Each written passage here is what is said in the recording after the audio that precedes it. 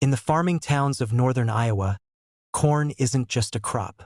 It's a wall, a maze, place where sound disappears. And for more than a century, farmers have whispered about a woman who walks those rows when the sun is dying. They say if you see her, your harvest will never be the same. The stories began in the early 1900s, when cornfields stretched farther than roads and lantern light barely reached beyond the porch. That was when farmers first noticed it. Perfect rows of corn, green and healthy the night before, found dead by morning, leaves blackened, stalks brittle, soil untouched, always the same pattern. Every row ruined, except one. That single row would stand tall and untouched, like it had been spared.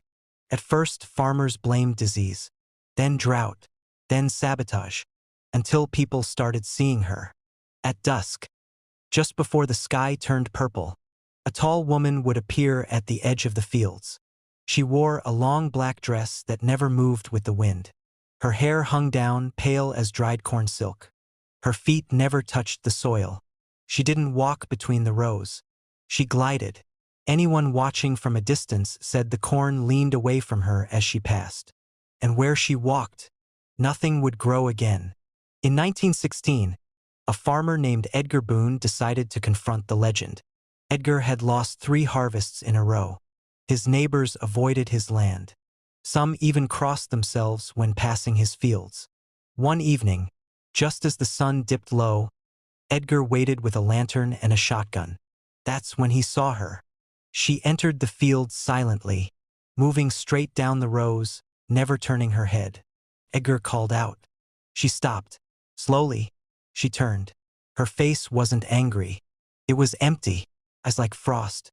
Skin cracked and dry, like soil that hadn't seen rain in years. She raised one hand and pointed to a single row of corn.